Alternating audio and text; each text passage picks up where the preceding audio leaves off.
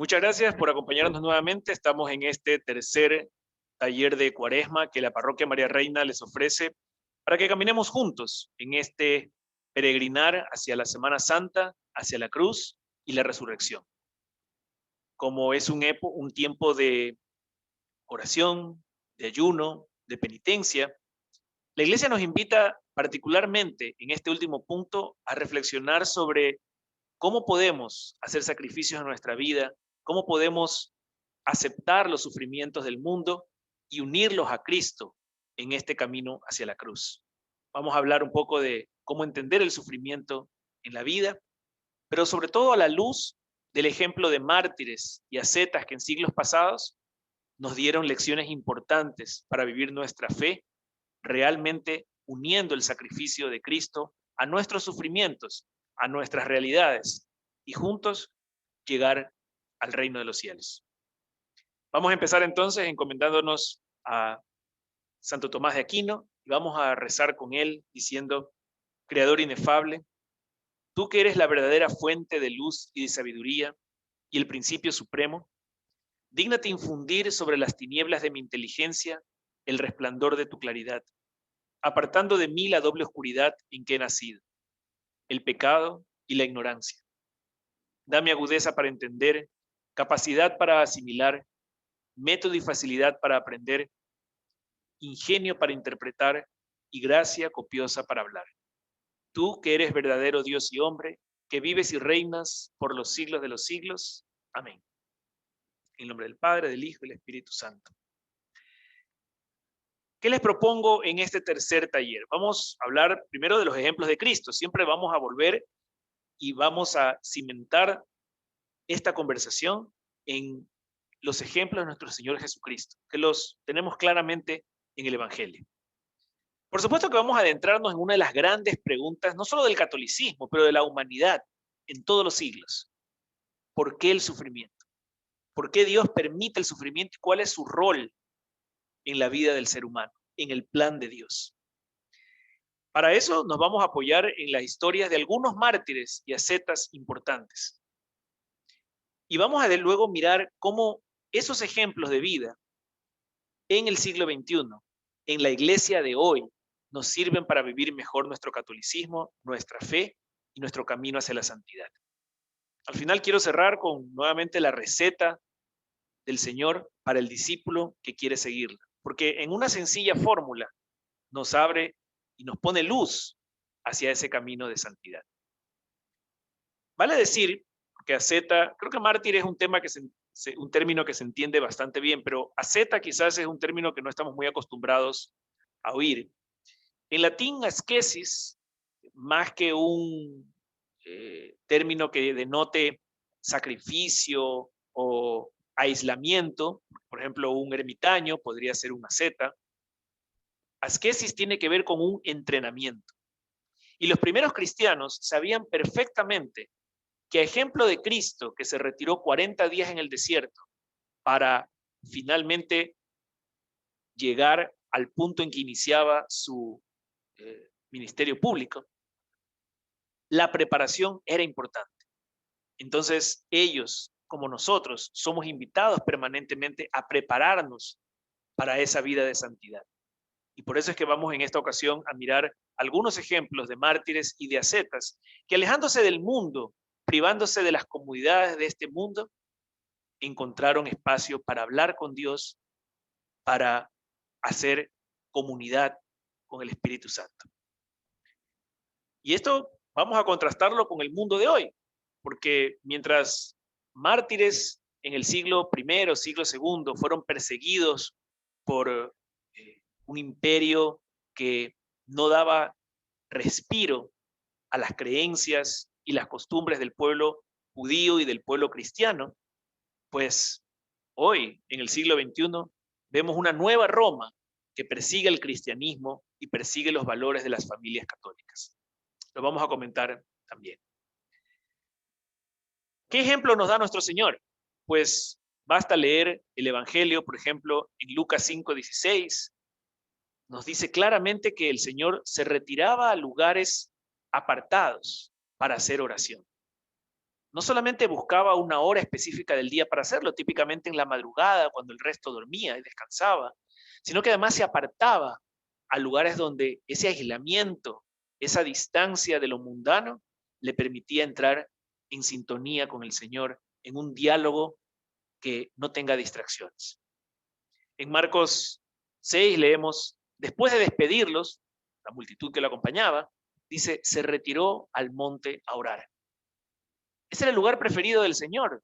No se quedaba en una habitación, no se quedaba en el patio de la casa. Realmente salía de la ciudad y se iba lejos, al monte, donde había silencio, donde podía encontrarse con su Padre. En Mateo 14 leemos, después de despedirla a la multitud, subió al monte a orar a solas. Por supuesto que a veces oraba con sus discípulos, les enseñó a orar y practicaba con ellos ese diálogo permanente con el Padre.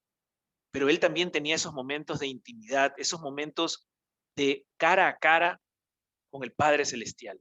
Como todos somos invitados a tener una relación permanente con el Señor que se base en una comunicación fluida, porque nadie se imagina hoy ninguna relación que sea significativa en nuestras vidas que no tenga una comunicación permanente con nuestros hijos, con nuestro esposo o esposa, con nuestros amigos cercanos y familiares, a la gente que queremos, que nos importa. Esas relaciones se fundamentan en un diálogo constante, en una comunicación bidireccional. Y eso es lo que el Señor quiere, una relación personal con nosotros, que necesariamente tiene que estar basada en la oración. En Lucas 6 también leemos que el Señor salió al monte a orar y pasó toda la noche en oración. Y son detalles importantes porque hoy en día la oración está relegada a unos minutos, a un momento muy específico en que al salir o estar en el carro o en un momento que tenemos de descanso de las redes sociales, del televisor y de otras ocupaciones, dejamos para la oración. Pero miren que el Señor reserva la noche entera para orar. ¿Cuánto tenía que decirle y cuánto tenía que escuchar del Padre como nosotros? Pero ya empezamos un poco a ver que a ejemplo de él, nosotros quizás en contraste no dedicamos una noche entera a orar, quizás ni siquiera una hora entera. Y eso ya debería empezar a despertar en nosotros muchos cuestionamientos respecto a qué importancia, si alguna, tiene la oración en nuestras vidas. También Cristo fue ciertamente ejemplo vivo de sufrimiento. No solamente que no le huyó, pero lo buscó. Caminó libre y voluntariamente hacia Jerusalén, sabiendo lo que le esperaba. Y cuando fue arrestado en el huerto de Getsemaní, se dejó arrestar e impidió que sus discípulos hagan algo para prevenir esta injusticia, ciertamente. Y ahí fue, caminando como el manso cordero hacia el Calvario. En Juan 19 leemos, entonces Pilato tomó a Jesús y mandó que lo azotaran. Y los soldados le pusieron en la cabeza una corona de espinas. Y creo que hasta ahora nadie mejor que Mel Gibson ha retratado el dolor y el sufrimiento, el escarnio, la humillación y el dolor físico que nuestro Señor sufrió a manos de los soldados romanos. Es impresionante las escenas tan gráficas de la película de la Pasión de Cristo que he puesto aquí a consideración de ustedes. En Mateo 26 leemos, entonces comenzaron a escupirle en su cara y a darle bofetadas, porque no era suficiente con golpearlo físicamente, tenían que humillarlo en público, tenían que burlarse de él, tenían que escupirle como al peor de los criminales y despojarlo de toda dignidad, de todo respeto. En Marcos 15 leemos que le crucificaron y se repartieron sus ropas, inclusive ya cuando estaba dejado, burlado, insultado y colgado injustamente de esa cruz, el Señor además es despojado de sus ropas en una última humillación en que los soldados echan a suerte cómo dividirse estas vestimentas. En Lucas 22, leemos que se mofaban de él y le golpeaban. Era motivo de burla, no solamente de los soldados, pero de otros testigos oculares que aplaudían y pedían que sea crucificado a nuestro Señor.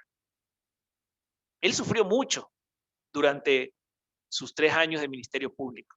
Ciertamente tenemos varios pasajes y episodios donde es llevado hasta el límite de un barranco para echarlo abajo, la conspiración para matarlo, para apedrearlo, y otros insultos, burlas y cuestionamientos que él recibió en público, tanto de personas comunes como inclusive de los mismos fariseos y de los sacerdotes. Pero por supuesto, nada más duro para él que la pasión, su crucifixión y muerte, que la vivimos a diario en la Santa Misa, ese sacrificio en que Dios se entrega a nosotros por amor, por misericordia. El sufrimiento para Cristo fue el único camino posible para la redención del hombre, para reencontrar al hombre con el Padre y para librarnos de la esclavitud del pecado. Ciertamente después de eso resucitó y ascendió a los cielos, pero eso no pudo haber pasado sin que haya una cruz de por medio. Y eso también es una gran lección para el cristiano. Ese cristiano que se queja del sufrimiento, que reclama, que quisiera vivir una vida de gozo. Y no se acuerda que nuestro Señor, para llegar a la gloria del cielo, pasó primero por la cruz. Y lo hizo no solamente con mansedumbre y con humildad, pero con mucho amor. Y eso, por supuesto, nos empuja a la pregunta de ¿por qué sufrir? ¿Por qué existe el sufrimiento y por qué Dios lo permite? Es una de las grandes preguntas existenciales que el hombre se ha hecho en todas las generaciones y en todas las latitudes. Vamos a tratar un poco de desentrañar una respuesta a esta pregunta existencial, porque si Dios es bueno, si Dios nos ama y es todopoderoso, ¿cómo es posible que permita tanto sufrimiento en el mundo? Todo comienza con el pecado original, no nos engañemos. El plan de Dios original no era que el hombre viva en sufrimiento, pero lo amó tanto que le dio la libertad de tomar sus propias decisiones. Y en mal uso de esa libertad, el hombre escogió el pecado, como lo sigue haciendo al día de hoy. Y ese pecado trae consecuencias, no infligidas por Dios, pero consecuencias naturales de las malas decisiones que tomamos en la vida. Muchas veces hemos estado en un punto en nuestra vida en que nos miramos y decimos, esto es un caos, mi vida está en el punto más bajo. Y nos desesperamos, nos sentimos abrumados, desolados, abandonados.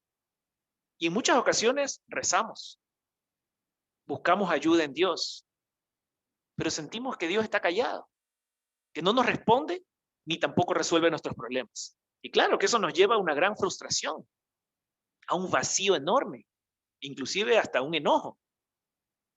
Nos enojamos con Él y con nosotros mismos.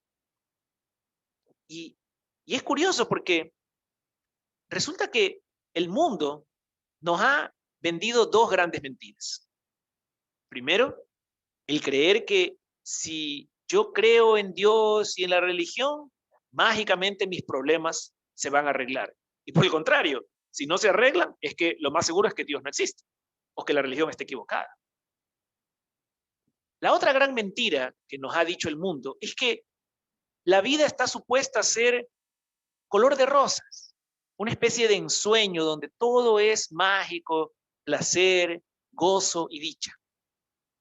Una especie de sueño idílico.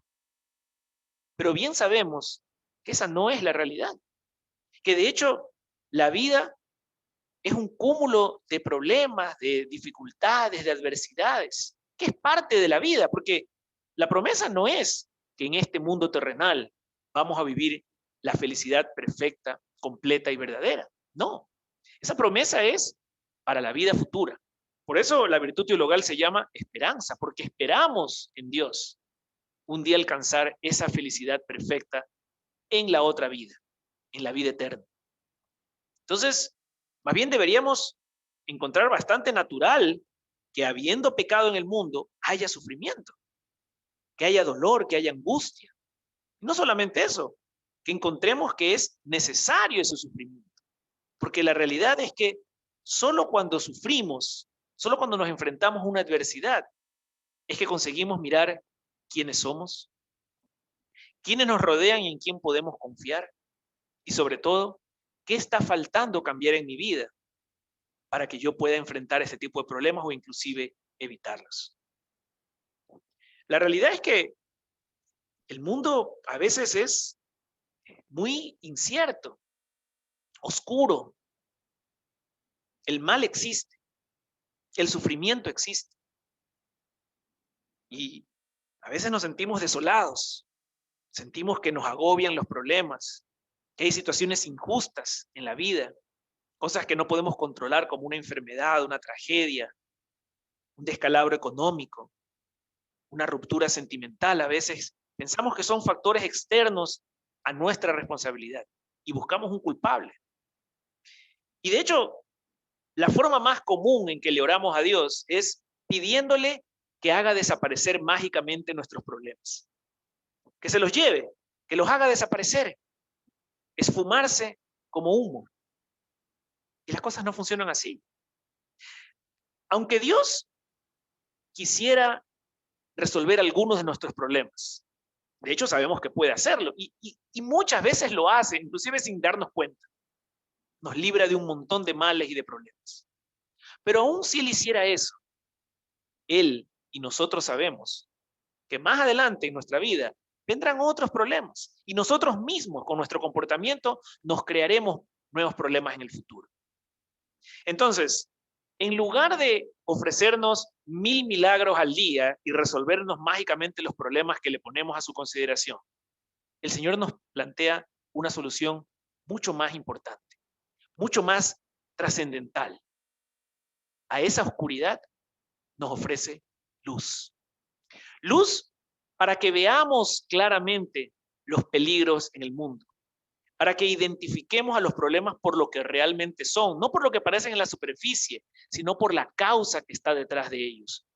Y lleguemos a la raíz de nuestros problemas. ¿Para qué? Para enfrentarlos, para resolverlos, o en el caso de los peligros y las tentaciones, para evitarlos. Porque en ese camino en que el Señor nos acompaña y nos dice, síganme, resulta que los problemas no dejan de existir. Las tentaciones y el mal continúan atacándome. Pero la gran diferencia es que como estoy con Dios, caminando con Él, entonces esos problemas de pronto no lucen tan enormes como cuando yo estaba solo. Y estoy fortalecido con la gracia de Dios a mi lado para enfrentar esos problemas, para evitar las tentaciones, para no volver a caer. Y además, con la paz de Cristo, de saber que muchos problemas de hecho no los puedo evitar y me toca vivirlos, pero no me desmorono, mi vida no se acaba, porque estando con Dios, paso por encima de esos problemas, camino como Pedro caminó sobre el agua cuando mantuvo su mirada fija en el Señor. Y a ejemplo de Pedro y de otros patriarcas, quiero empezar comentándoles un poco de la vida de algunos mártires y ascetas. Voy a empezar por el siglo I, siglo II, con uno de los discípulos de Juan, Juan el Evangelista. San Ignacio de Antioquía fue de hecho obispo de Antioquía, se dice en la tradición que fue nombrado obispo por el mismo Pedro, un hombre que sucedió a Evodio, ¿verdad?, allá hacia el año 67, y que pues además acuñó el término cristiano. No solamente que él decía que deberíamos llamarnos cristianos, refiriéndose a las personas de esa época, sino ser cristianos, es decir, verdaderos seguidores de Cristo. Y claro, él fue además el que llamó católica a la iglesia, acuñó ese nombre, ese título de nuestra iglesia universal, católica.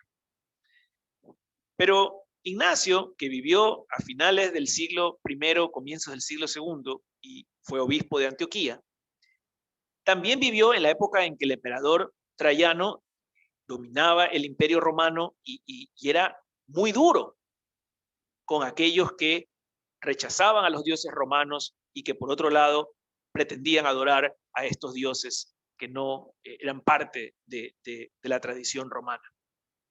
Así que Ignacio fue uno de aquellos apresados por Traiano, juzgado, interrogado por Traiano.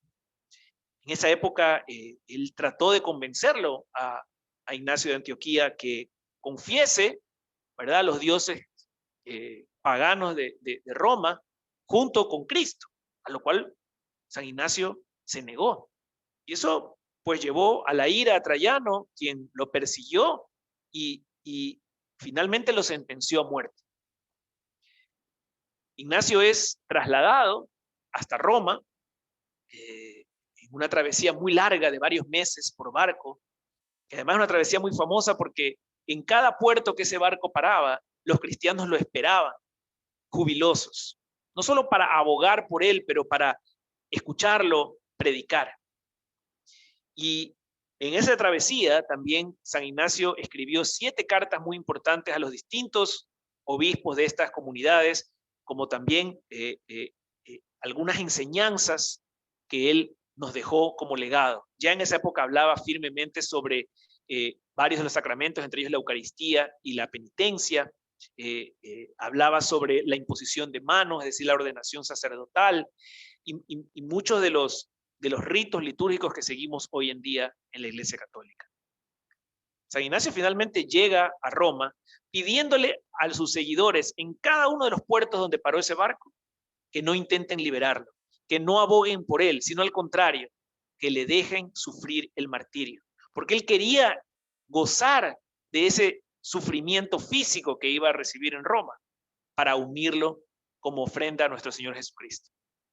Imagínense lo poderoso de esa declaración y el ejemplo que le dejó a los cristianos de esa época, muriendo de una manera cruenta desde el punto de vista humano, pero los relatos nos dicen que Ignacio murió feliz, que el Coliseo olía a rosas, que él más bien brillaba, resplandecía. ¿Cuántos de nosotros podríamos sufrir la 10ª parte de eso? Ni siquiera en lo físico, en lo espiritual, en el mundo de hoy, por Cristo. Y todavía sonreír y brillar. Otro ejemplo que siempre me ha llamado poderosamente la atención, ya en el siglo III, son las santas que ustedes habrán escuchado en muchas misas, sobre todo ahora que nos acercamos a la Semana Santa, en las misas de solemnidad, se menciona a los santos, entre ellos Felicidad y Perpetua.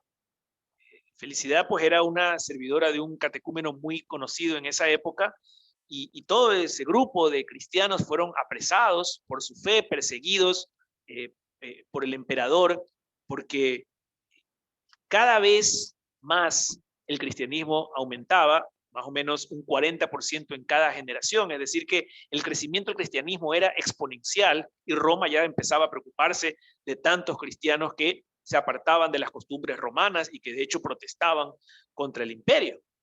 Así que fueron ya perseguidos de una manera directa y cruenta. Entonces, Felicidad, por ejemplo, estaba embarazada y a pesar que la ley decía que no se podía meter en la cárcel a una mujer embarazada, la apresaron por sus creencias y convicciones. Y ella no se negó, no se rehusó, porque dijo que aunque le esperaba un sufrimiento cruel y terrible, ella feliz lo aceptaba y lo unía a Cristo. Con ella en ese grupo también de cristianos estaba Vivia Perpetua, una mujer casada, madre de familia, con un pequeño niño en brazos. Y también ella fue apresada por sus creencias. Su padre le llevaba al niño a la cárcel para que ella le dé a amamantar, por ejemplo.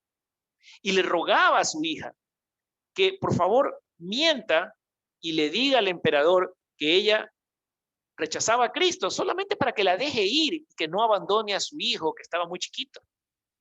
Pero ella se negó. Se negó porque su amor a Cristo era tan grande que estaba no solamente dispuesta a sacrificarse ella, pero a sacrificar a su hijo. Entonces se quedó en la cárcel y de hecho le pidió al papá que no la visite más. Perpetua además es famosa porque cuando estaba apresada tuvo varias visiones, en particular una en que ella ve esta escalera angosta de bronce que subía al cielo, que tenía una especie de puntas y de espadas de acero que dificultaban la escalada de esa escalera, como una especie de trampas para que uno se hiera cuando trata de subir la escalera. Y en los primeros peldaños, a la subida, había una serpiente a la que ella, la única forma de llegar a la escalera es pisándole la cabeza. Y bueno, finalmente asciende ella por esta escalera al cielo, y cuando llega al cielo, lo que ve es un hermoso jardín donde hay un anciano sentado que está esperándola. Ella lo describe como un pastor, y que a su vez está rodeado de 1000 personas vestidas de blanco. Y este hombre, este pastor, la recibe a ella y le da de beber leche de cordero. Y cuando ella bebe de la leche del cordero, todos dicen amén. Ciertamente era una teofanía, ¿no? Un encuentro con Dios. Otra visión que tiene Vivia Perpetua es, ella ya anticipa su martirio. En esa época, el martirio para en Roma era, digamos, ser lanzado y comido por los leones. Bueno, ella se ve a sí misma en el Coliseo, donde primero se enfrenta a un egipcio, sinónimo de pecado, de paganismo, es desnudada, pero en ese momento, ella, en lugar de vivir una cierta vergüenza de estar en público desnuda ante todos los asistentes del Coliseo, ella misma se convierte en un gladiador y lucha con el egipcio y lo vence, también pisándole la cabeza, como en el otro sueño, en la otra visión, le pisó la cabeza a la serpiente. Y cuando vence al egipcio, ve una puerta, ella la llama la puerta de la vida, que se abre y le permite la entrada al cielo. Y las historias son parecidas a las de Ignacio de Antioquía. Vivia Perpetua y Felicidad son martirizadas, y dice el relato que no se veían, nunca se habían visto tan hermosas como ese día, resplandecían sus cabellos, su rostro, no había sufrimiento, no había dolor, no había lágrimas. Ella no se daba cuenta, ya sus extremidades habían sido arrancadas por los leones y ella seguía pidiendo más. Se gozaba realmente en ese martirio porque estaba entregando su vida, su sangre, por nuestro Señor Jesucristo. El tercer caso que les voy a contar es el de una santa que no es muy conocida, Santa María de Egipto, más bien el siglo IV, finales del siglo IV, comienzos del siglo V, que ya es una mezcla entre mártir y asceta, porque resulta que ya pasado el siglo IV, Roma no solamente que ya acepta el cristianismo, sino que además la vuelve a la religión católica la religión oficial del imperio. Entonces ya no había la persecución política, militar hacia los cristianos. Y entonces los cristianos empiezan a buscar otra forma de sufrir con Cristo. Ya no eran perseguidos, no eran ahorcados, no eran crucificados, no eran echados a los leones. Entonces ahora el cristiano, buscando el sufrimiento para unirse a la cruz, se autoinflige sufrimiento convirtiéndose en asceta, es decir, en un mártir en vida. Se aleja de los placeres y de las comodidades del mundo y busca recluirse como Cristo lo hacía en las montañas, a vivir una vida de profunda oración, a veces en comunidad, a veces totalmente solos, aislados ahí en lo salvaje, buscando un encuentro perfecto con Dios. Santa María de Egipto era una niña que nació ahí pues a mediados del siglo IV y que nace en África. Ella a los 12 años huye a Alejandría, al norte de África, se escapa de su familia y busca otro tipo de vida. De hecho, en Alejandría se dedica a la prostitución. En algún momento relata la historia que no solo que se prostituía por dinero o por comida o por un lugar donde dormir, sino que además a veces por puro placer, por puro hedonismo, lujuria, ella buscaba entregarse a tantos hombres cuanto le fuera posible. Y además, sin cobrar. Luego de esto, sucede en la vida de ella un punto de quiebre. Un día ella ve en Antioquía un barco que está partiendo con destino a Jerusalén. Era la época de la Pascua y los cristianos peregrinaban a Jerusalén para participar, ¿verdad?, de las festividades. Y entonces ella ve este barco, que parte con muchos hombres, de hecho, en esta travesía, y ella, todavía embebida en el pecado, se consigue un pase para subir al barco a cambio de favores sexuales. Y de hecho, estos peregrinos que viajan hacia Jerusalén terminan cayendo en unos bacanales y unas orgías terribles donde ella era objeto de todos estos hombres. Y tiene relaciones, pues, con, no sé, la mayoría, no sé si todos, durante varios meses que dura esta travesía por mar. Cuando llega a Jerusalén, pues, acompaña a la multitud y llega a este templo donde se veneraba a la cruz de Cristo. Y bueno, la multitud trataba de entrar, el grupo con el que ella andaba quería entrar a ese templo, pero cuando ella llega al umbral de la puerta, no consigue entrar. Una especie de fuerza sobrenatural le impide entrar por la puerta. Y ella no entiende lo que pasa, todo el mundo la empuja, pero algo físicamente la detiene y no consigue entrar a esta iglesia. Entonces sale un poco desconsolada y en el jardín de la iglesia había una imagen de Santa María. Y viéndola, Santa María de Egipto le reza a la Virgen y conmovida por su propio pecado, se reconoce pecadora, pide perdón y dice: quisiera que me dejes entrar a ver la cruz de tu hijo. Y si me lo permites, le dice a María, te prometo que haré lo que tú me pides. Y dicho esto, vuelve a acercarse al portal, al umbral de la puerta de la iglesia, y esta vez consigue entrar, arrodillarse frente a la cruz, y sale totalmente conmovida y convertida. Buscando entonces una dirección, en oración, en meditación, sale del pueblo, alcanza a comprar 3 panes con el poco dinero que cargaba y siente que el Espíritu la lleva más allá del río, el Jordán, lo atraviesa y se interna en el desierto, como nuestro Señor hizo también. Siente un impulso del Espíritu y se va al desierto.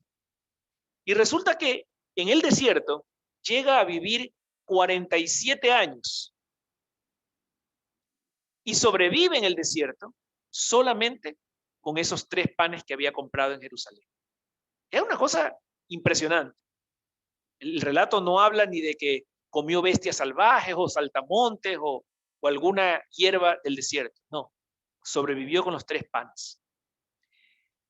Y años más tarde se encuentra, porque ahí las historias se entrelazan, quien relata toda esta historia de ella es un monje llamado Zosimas, que vivía en un monasterio y que en una oportunidad con sus hermanos monjes salieron como de retiro al desierto para permanecer algunos días en solitario.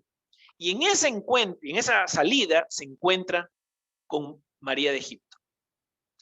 Y tienen una especie de conexión donde él ve que ella obviamente era una mujer santa porque vivía en el desierto, inclusive en un profundo estado de oración y de culto a Dios.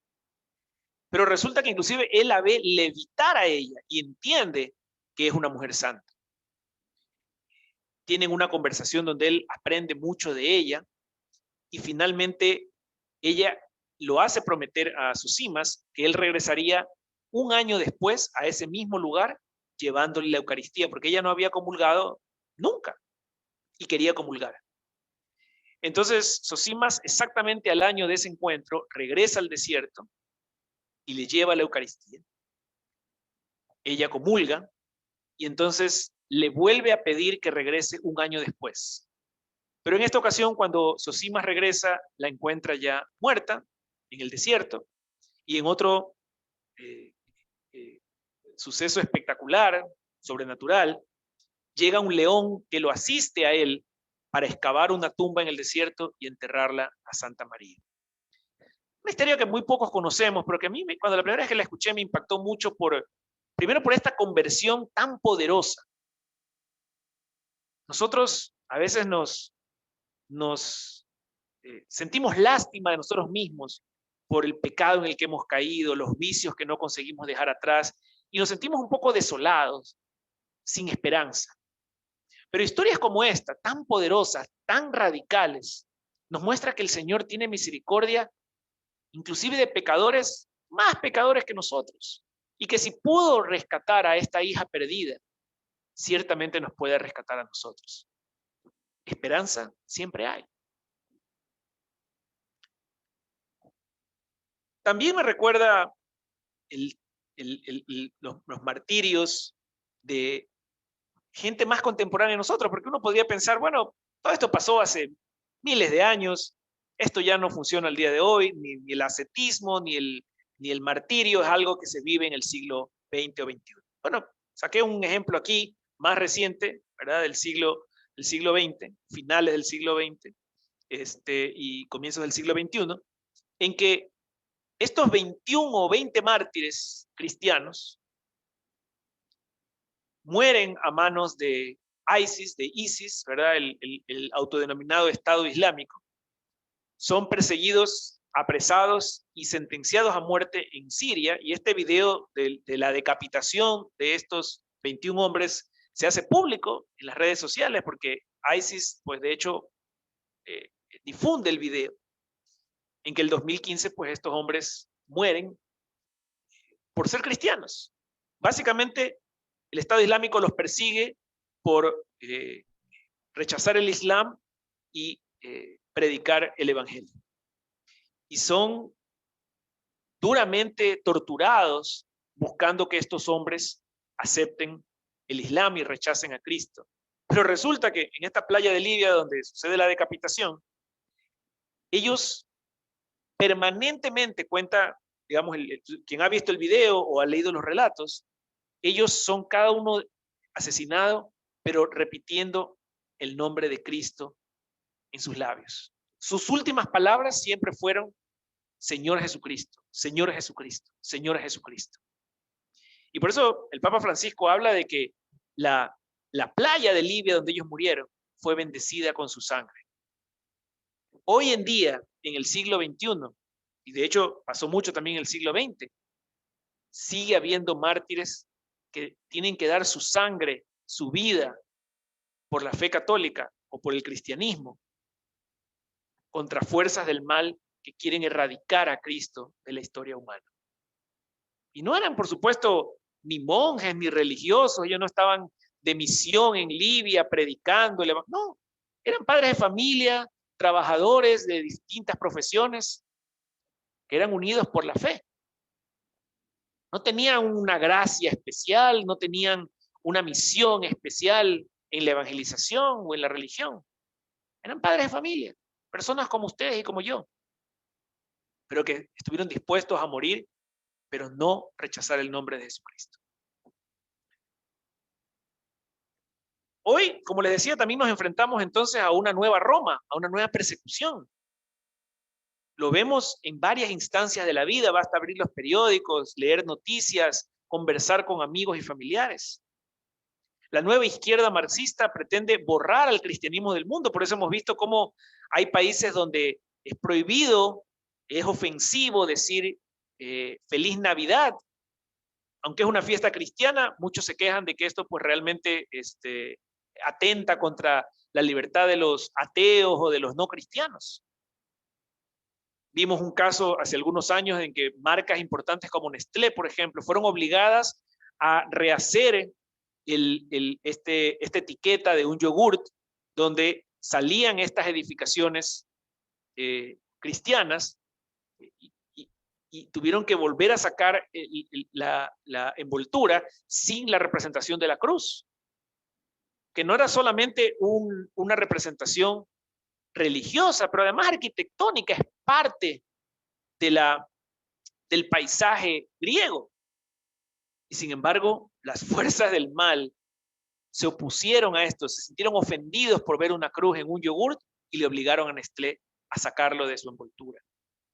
Hemos visto casos recientes, ahora con la celebración del Día Internacional de la Mujer, como sucede todos los años en Ecuador y en muchos países, el feminismo va a las iglesias porque ahí encuentra a su mayor enemigo y lo primero que hacen es pintarrajear o vandalizar imágenes de nuestra Santísima Virgen, por ejemplo. Mujeres criticando a mujeres. Vimos hace poco en nuestro país, previo a la posesión de la nueva vicepresidenta, que fue duramente criticada en redes sociales porque se dirigió a un público en una iglesia, todavía no como funcionaria pública, una iglesia además de la que ella ha sido feligrés y voluntaria por muchos años. Ella no pidió hablar, sino que el sacerdote la invita a subir a dar unas palabras, y fue duramente criticada por su fe, por mezclar Estado e iglesia, por acudir al Vaticano además con fondos propios. Cualquier cosa que tenga que ver con cristianismo, iglesia, Dios o religión, hoy en día es muy mal visto, una ofensa. Y claro, ese mismo estado del que quieren tener total separación, tiene nada que ver con fe, también ahora es utilizado como arma y herramienta para atacar a la familia natural, a la humanidad mismo. La izquierda disfrazada de este lobby de homosexuales y transexuales y del lobby feminista abortista está permanentemente tratando de atacar a la familia en la raíz, sus valores, la moral, pretendiendo reescribir lo que significa matrimonio, quitándole el derecho a los niños a tener padre y madre y pretendiendo que sean adoptados por dos hombres o por dos mujeres. Ciertamente promoviendo cada vez más el uso de anticonceptivos, eliminando el derecho a la vida, tratando de que nadie ni nadie se interponga entre ellos y el objetivo del aborto. Hace pocos años hubo el caso de Fibeca, que por convicciones de sus directivos, por política de la empresa, y una empresa privada, decidió que ellos no vendían la pastilla del día después. Simplemente no querían venderla.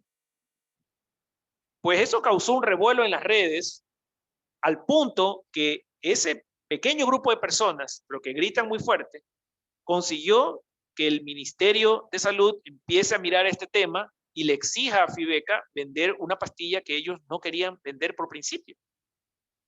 Y doblegaron la ley, la libertad de empresa, la libertad de credo, la libertad de expresión.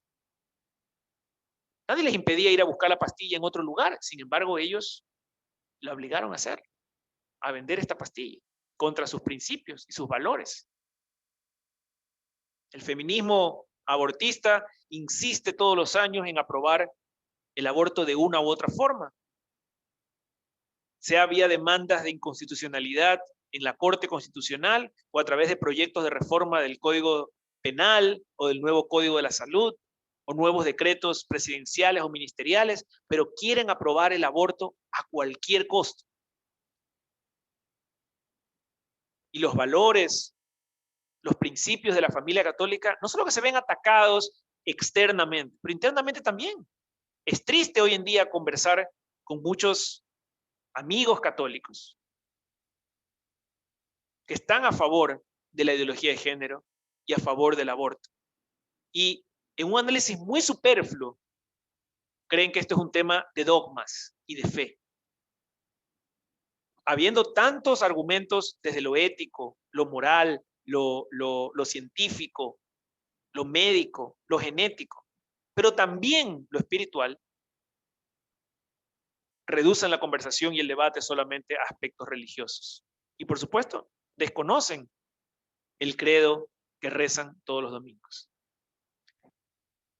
Tuvimos la aprobación del mal llamado matrimonio igualitario hace 2 años, a pesar que la mayoría de ecuatorianos en todas las encuestas insiste que está en contra de esto. Los jueces de la Corte Constitucional pasaron por encima y en una clara afrenta al matrimonio y la institución de la familia, crearon esta situación que además es contraria a la Constitución y la ley. Y frente a este mundo que nos ataca, esta nueva Roma que nos persigue como cristianos, como católicos, como familias, resulta que nosotros tampoco nos hacemos un favor. Nosotros tampoco estamos viviendo de una manera que nos permita contrarrestar estos ataques del mundo. Si analizamos nuestra agenda hoy y vemos a qué dedicamos nuestro tiempo hora a hora, desde que nos levantamos hasta que nos acostamos, desde que salimos en la mañana, después de prepararnos el desayuno, tomamos el carro, vamos a la oficina, pasamos largas horas allá, regresamos otra vez y pasamos con nuestra familia en casa en la noche. Resulta que estamos bombardeados por las redes sociales, por el WhatsApp, por el Messenger, por los tweets. Estoy más preocupado de la foto que me voy a tomar en Instagram, tanto de la comida que acabo de comer, como del viaje que acabo de hacer o esta situación que acabo de vivir. La radio, la televisión, YouTube, Netflix, Disney. Es un bombardeo constante de contenidos que no me dejan ni un solo instante para el silencio, para la intimidad, para el encuentro con Dios. Entonces, por un lado, el mundo nos está atacando flagrantemente por varios frentes. Por otro lado, yo me dejo atacar constantemente a través de estos bombardeos digitales y del ruido del mundo y no hago nada para contrarrestarlo. Hay un libro famoso del escritor C.S. Lewis, que es el autor de las Crónicas de Narnia. Él en realidad no escribió este libro, él escribió una serie de columnas semanales en un periódico en los años 40 en Inglaterra, que luego esta columna semanal es recopilada y se convierte en un libro que se conoce como Las cartas del diablo a su sobrino, donde básicamente esto es ficción, ¿no? Un diablo mayor aconseja y hace como de mentor de un diablo junior. Y estas son cartas que se escriben entre ellos. Nunca leemos la carta del diablo junior, del sobrino, sino siempre las cartas de respuesta del tío, donde lo aconseja de cómo tentar a la víctima. Lo llama el paciente. Cómo alejarlo de Dios y atraerlo al mal. Y es interesante porque el diablo junior, entusiasmado en su labor de hacer pecar a este ser humano, se inventa un montón de situaciones y de escenarios para tratar de hacerlo pecar. Y en un momento el diablo mayor, que es más sabio, le dice, no te compliques. No hace falta que te inventes una serie de artilugios para hacerlo caer en tentación. Lo que tenemos es que, dice, hacer del universo un ruido eterno. Tenemos que llenar la cabeza de este hombre de tanto ruido que no tenga silencio, no tenga tiempo para pensar en las preguntas fundamentales. ¿Quién soy? ¿Para qué fui creado? ¿Cuál es mi propósito en el mundo? ¿Existe Dios?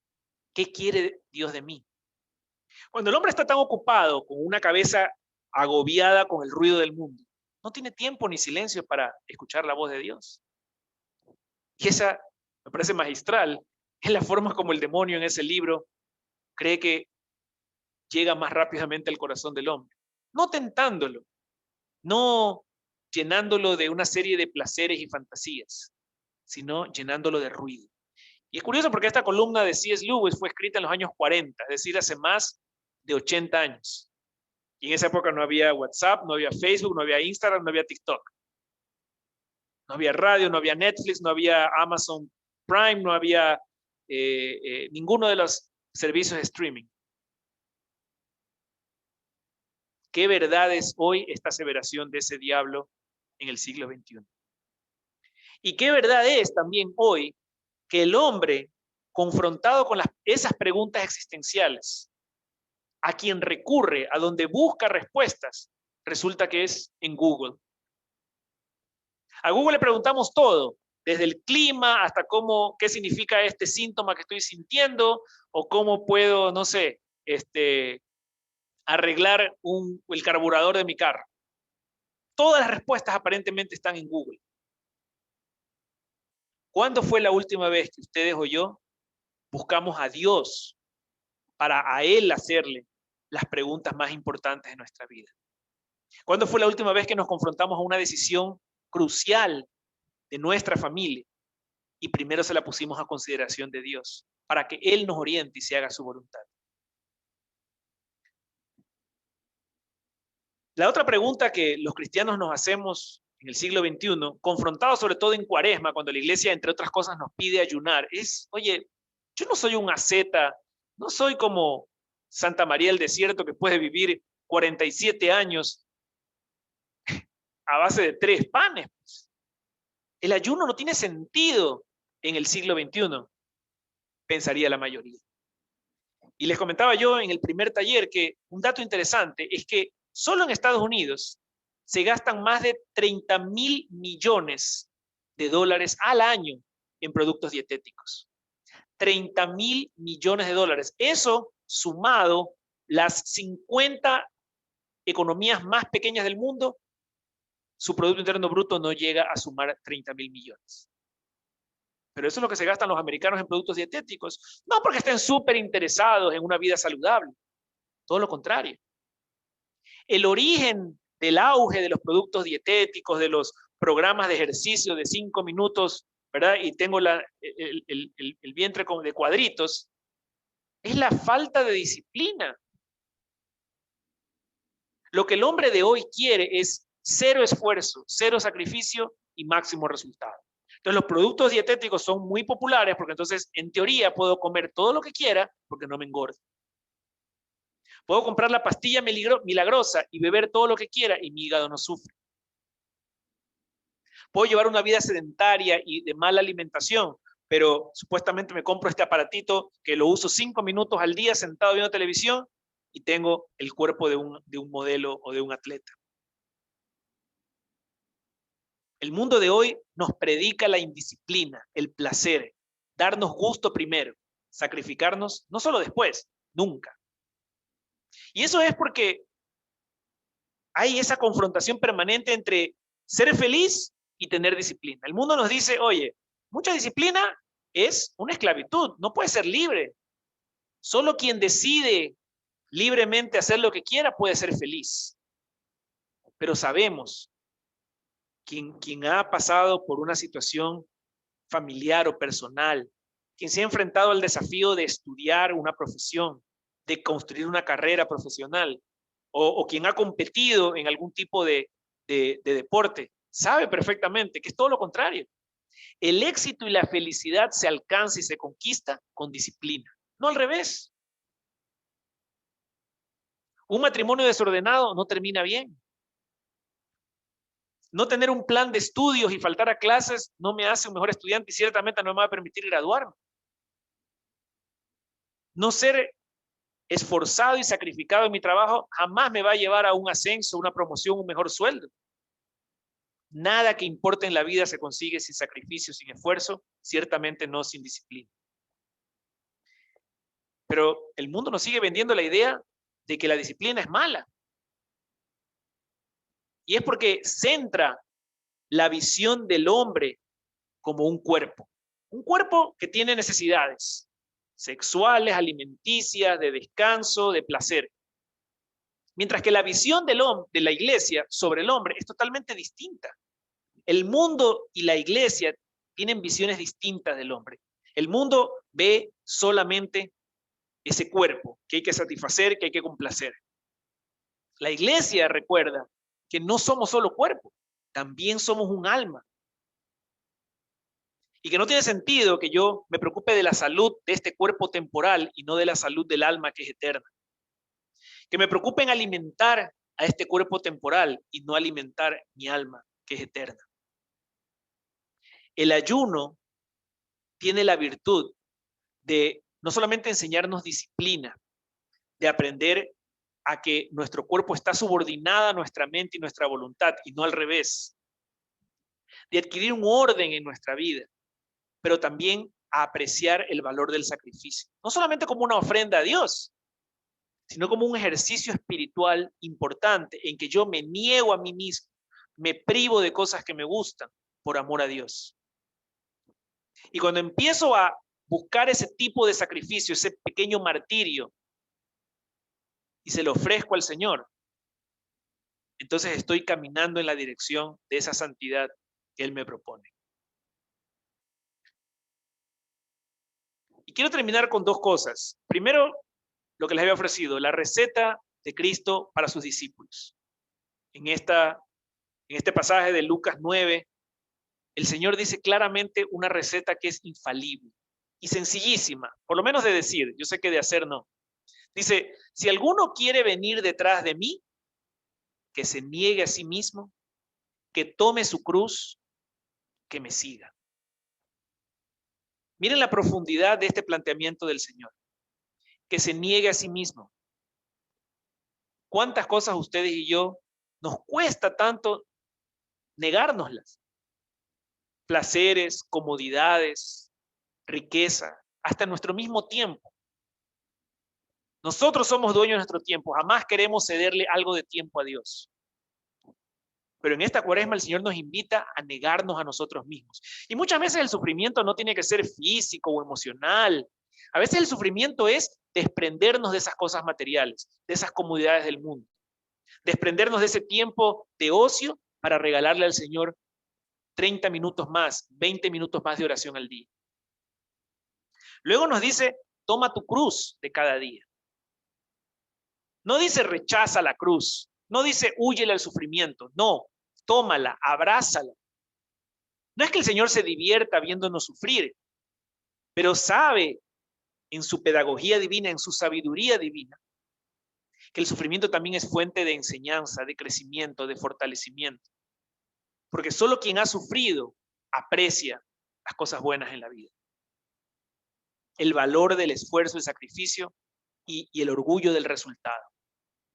Y la vida espiritual no puede ser distinta. El Señor quiere que entremos por la puerta angosta. Por eso sabe que nos cuesta y nos pide a cada uno de nosotros, carga tu cruz. Pero no se queda solamente en eso. No basta con negarme a mí mismo, no basta con tomar mi cruz. Además quiere que lo siga.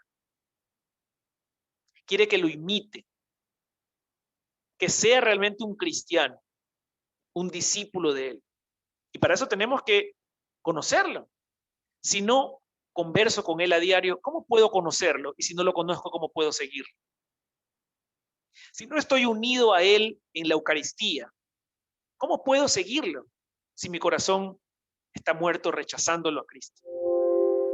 La realidad es que el Señor nos invita a una vida de apostolado, de discipulado, en que lo sigamos por el camino a la santidad. Y quiero terminar solamente con un video que es de una película que es muy conocida, se llama El Todopoderoso, es la segunda de estas películas en que Dios se le aparece a un humano, ¿verdad? En este caso es un hombre al que él le pide que construya un arca, como hizo Noé. Interesante eso. Le pide que construya el arca, ¿verdad?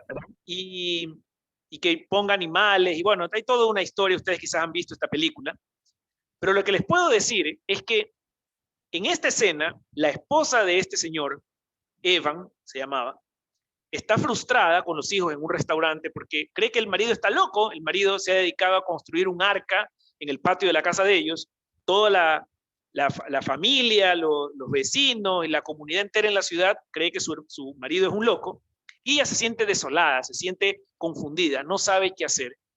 Y de paso, otro dato interesante para ver esta escena, ella le había rezado a Dios para que pueda juntar a su familia, o sea, que la familia sea más unida. Y entonces, aquí hay un encuentro entre Dios y esta mujer. Ella no sabe, por supuesto, que él es Dios. Él se hace pasar aquí por un mesero y tienen una conversación que es muy interesante. Disculpe, ¿podría traerme más? Enseguida. Gracias. Disculpe, ¿está bien? ¿Sí? No, es una larga historia. Amo las historias. De hecho, le aseguro que yo sé contarlas muy bien. Dígame una cosa. Si alguien ora por paciencia, ¿cree que Dios le dará paciencia? ¿O le dará la oportunidad de ser paciente? Si ora por valor, Dios le dará valor o le dará la oportunidad de ser valeroso. Si alguien ora para que su familia sea más unida, ¿cree que Dios los llenará con sentimientos amorosos? ¿O les dará la oportunidad de amarse entre sí? Bueno, me voy. Hay gente que servir. Disfrute.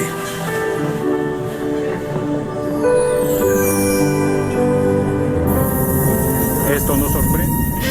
Por favor. Bien, esta es la escena de la película, creo que nos deja una enseñanza importante y que nos permite también recordar que El Señor sí nos está escuchando. El Señor sí está pendiente de nuestras necesidades. Y ciertamente el Señor quiere que nosotros lo sigamos. Pero cuando escucha nuestras oraciones, nos pide o nos ofrece oportunidades para conseguir lo que le estamos pidiendo.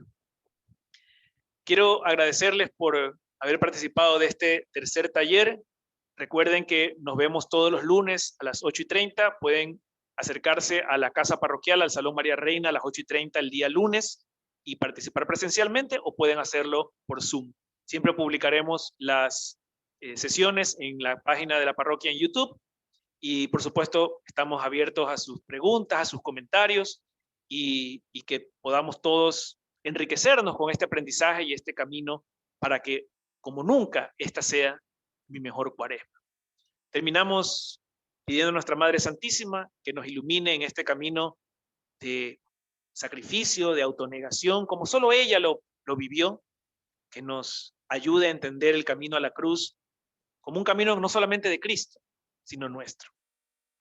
Dios te salve María, llena eres de gracia, el Señor es contigo. Bendita eres entre todas las mujeres, y bendito es el fruto de tu vientre Jesús. Santa María, Madre de Dios, ruega por nosotros pecadores, ahora y en la hora de nuestra muerte.